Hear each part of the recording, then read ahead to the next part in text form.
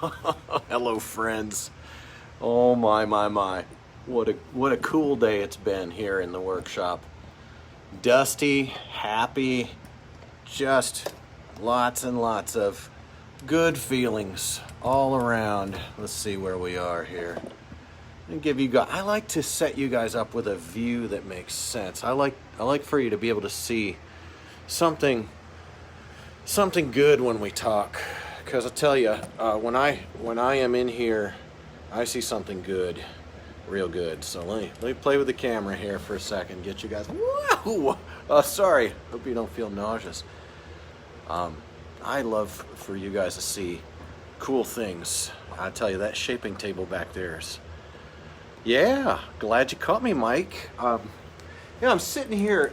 It's been a great day. I was done around 1:30 today. It's 5 something in the evening. Pretty sure in the next hour or so it's going to be dinner. If I haven't mentioned, dinners here are a thing of beauty. I've got it good. And thought that I was sitting there and I was just stewing. And it's like I have so many topics.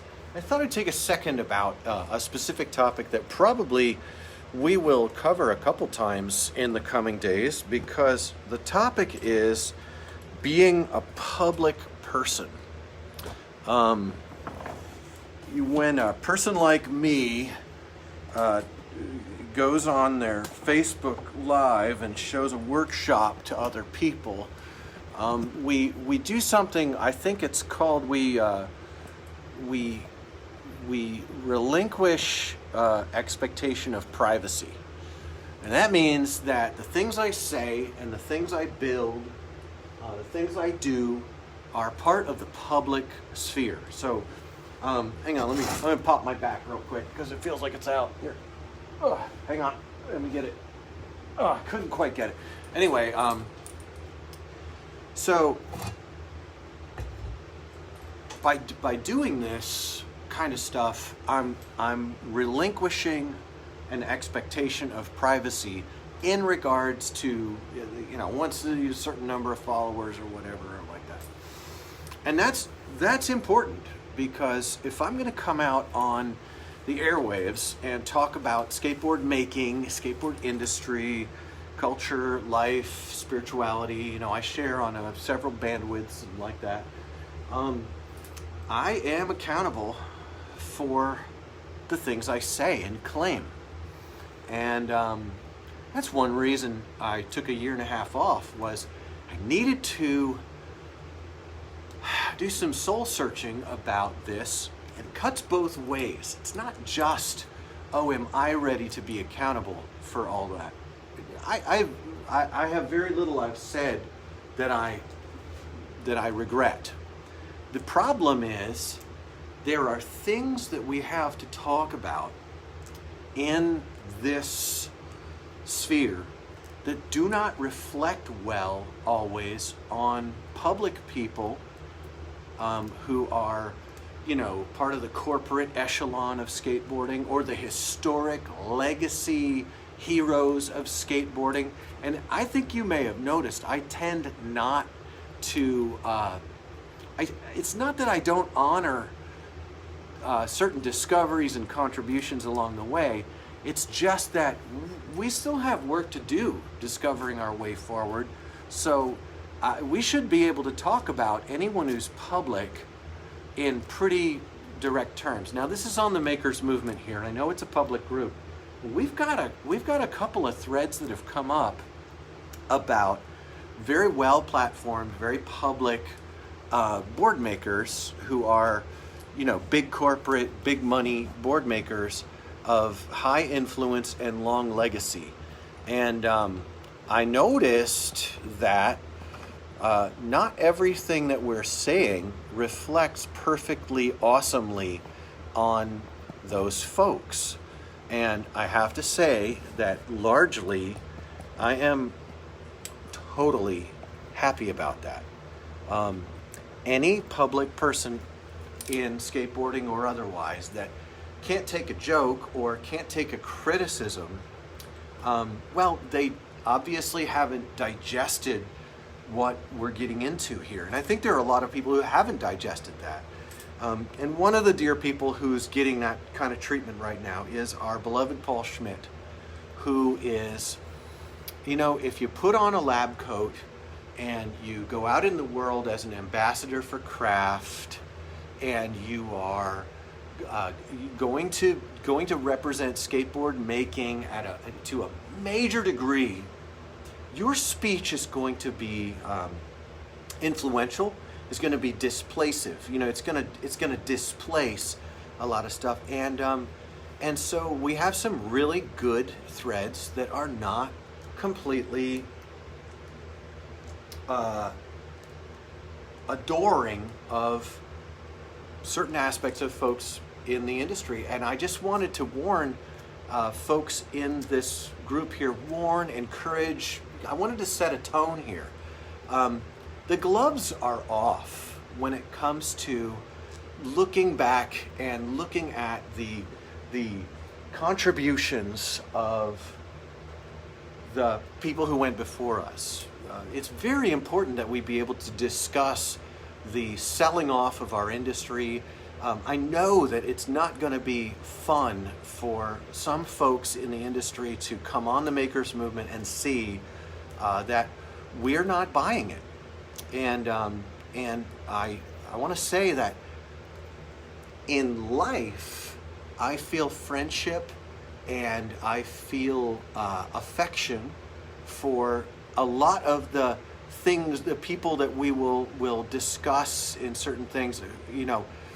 But in the industry, that is, whether in commerce or in culture, I think certain ideas, hey, you know what it's like? It's like politics. There are political ideas. We all have, everybody has political ideas, even if you don't do politics. And there's no way that I'm going to think they're all good just because you have yours and I have mine. I'm always going to be personally deciding for myself between this one and that one, or between 65 of them, or looking at 65 of them and deciding, I don't know.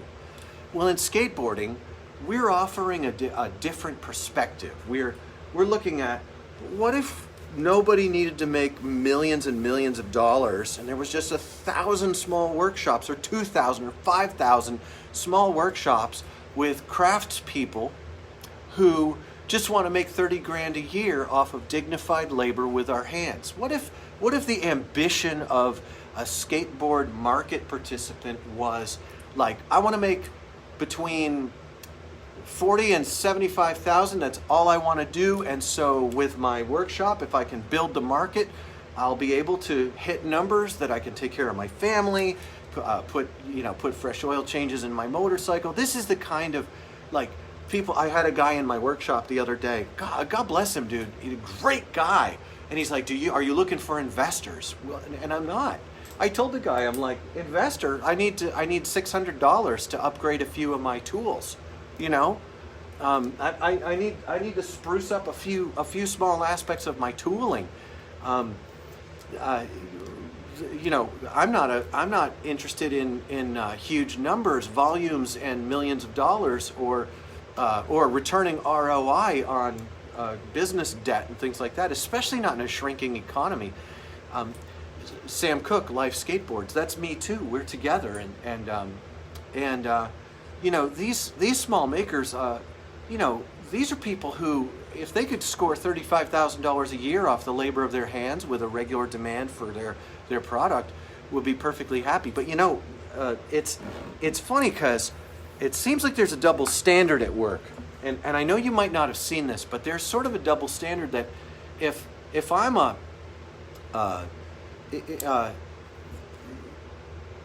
it's like you.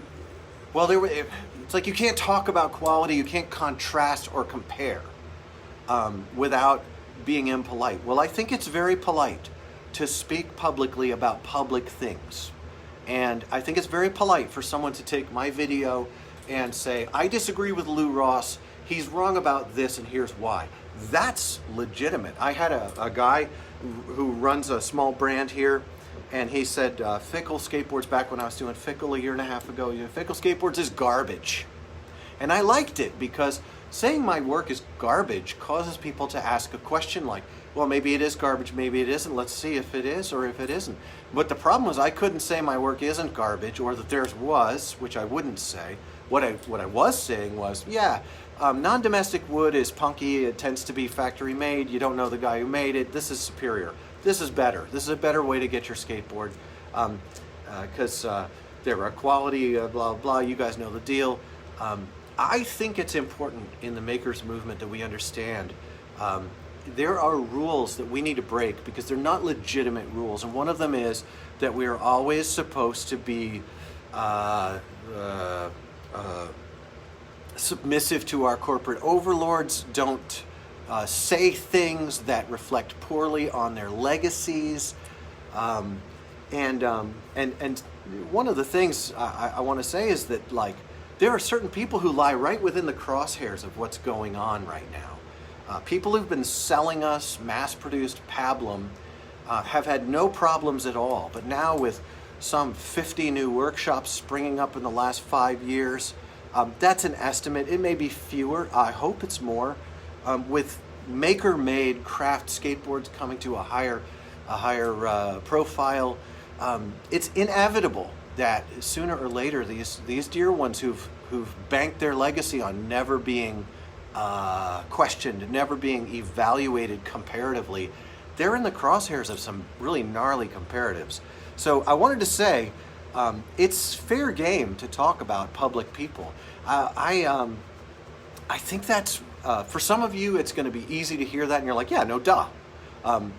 But some others, I think, you're going to have to tighten up your seatbelt because it may feel a bit breaknecky. That said, hey, look what I made. I'm not in business selling boards right now. No plans to, but I had a warped board. You guys saw it the other day. This has quite a bad warp in it. I'm not terribly displeased because I went in the room over there and not, you know, those boards have been sitting for 1.5 years in there curing, you know. And so I had a few of them warp. I think I figured out why too. It's because I had multiple widths in my layups, and I justified them all to one side. And then when they cured out, they had this extra stuff all on one side. And usually that doesn't cause warps because I cut them as soon as they're done curing. But letting them sit for that long, I think that the flash on one side, because I justified to one side, I think that flash caused there to be an uneven pull. Very fun science. But look what I did. I made this. I have a half template that I made years and years ago. Sometime in the first couple of years I made it. I did a custom, and it is jagged and it's asymmetrical. This one has got kind of a squarish look to it, and this one is round. They never turn out exactly the same on each side, and it's such a cool board. I like looking at it, is why I made it. It inspires me and makes me feel good, and it is very likely that my next rider is going to be like this, only like probably 11 inches total width. This one is like 9 something, but love this jagged, gnarly plank here, and I'll be playing with it. I am planning on building a straightening rack, but here's what you're going to see. The boards will straighten, and then a month later they will rewarp, or they won't. Who knows? Stay tuned. Thanks for joining me today. This was about public people, and public people must accept that critique, comparison, these are part of our life. There's that group of guys in Indiana who pull snippets of my videos and they make really nasty little edits that mock me and talk about me being a kook and I'm not core and I don't do good tricks. And you know what? Someone sent them to me and they're like, Lou, did you know these guys are doing this? And I said, no, but I'm glad. like, come on. That's how we become friends too. I mean, when those guys meet me and I'm not mad at them about it, that'll be fun for me. And I don't know what they would expect, but I hope that they'd be pleasantly surprised I'm not mad. Maybe they will be mad I'm not mad and try harder. I don't know. Maybe all press is good press in some ways. As long as, and here's another thing I do, which is really sneaky. I'm always happy when someone shows me I'm wrong, because I like to learn. I like to learn more than I like to be in charge. I like to learn more than I like for you to think I'm smart. How smart you think I am is of less concern to me than our learning together and growing in life. That makes me maybe an outlier. I don't know. But I'll tell you this, it is going to be time for people to fasten their seatbelts, because you're going to see some folks dishing about well-known operations in skateboarding, well-known personalities and personae in skateboarding. And it has to happen. It has to. And we have to say right off the bat, it's not wrong. Now, when we do critique and compare, we have to be kind. We have to be gracious. I think it's really important that we not use like put downs and name callings and things like that. That's not what's happening in the makers movement. But we are saying, I mean, it's incisive, man. We're saying, like, you can slap a lab coat on a guy, but it just didn't make Bill Nye a scientist. He's got a low-level bachelor's engineering degree, and it shows. You can throw a lab coat on a guy in skateboarding, and it doesn't necessarily make him everything that he claims to be. And that's something that we should be able to discuss without being crushed, menaced, threatened, iced out, and getting people piling on us. Will we get piled on? Maybe. But that's all right. We're in this thing together. So, shipshape, stay on the boat. I'm the captain. Oh boy, I just realized by calling myself the captain, it sounds like I'm in charge. Oh man, I may have just painted myself into a corner. Well, I love you. Peace be with your spirit, and I'll catch you on the flip side. I am the captain.